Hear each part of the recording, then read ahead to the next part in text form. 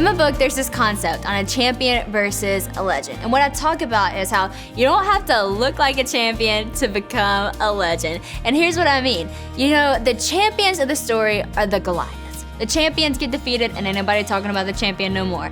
The legends are the Davids.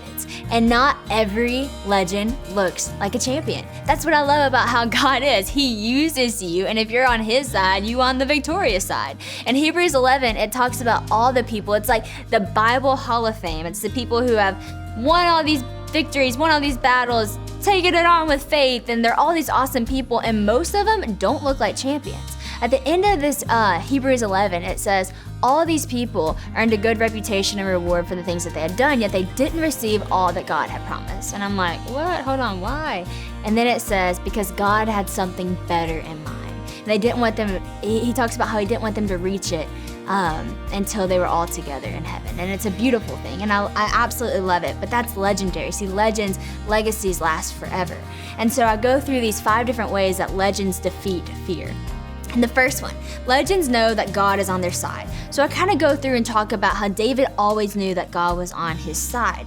Number 2, legends don't let themselves be intimidated, because if you're a legend, if you're carrying Jesus inside of you, you can't be intimidated because no one has anything on you.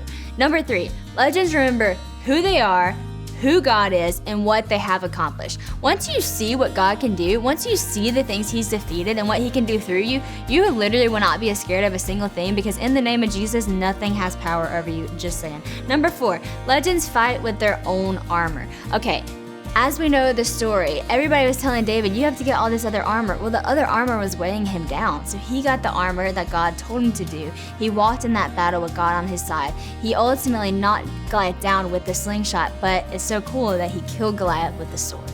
So, hey, whatever your weakness is, God will make it your strength. Number 5, legends give God the glory. I love this part because David, not only did he champion this moment, not only did he win, but he's such a legend because he didn't just drop the mic. He actually gave glory to his father and where he came from. At the very last part of this chapter of David and Goliath, it wasn't like they carried David off and they were chanting, go David, go David, go David. It literally says, David, where are you from? He goes, I'm actually from the town of Bethlehem and my father is Jesse. I'm like, that is so cool. It ended by him giving recognition to his father and where he came from. What if we do these crazy things in the world? We defeat fear and everybody's looking at us, and once we have the mic, we don't drop it when we say, oh, by the way, my God is the one I give this glory to. I come from my Father in heaven, and that is how I just did that, and that is how I just won the battle.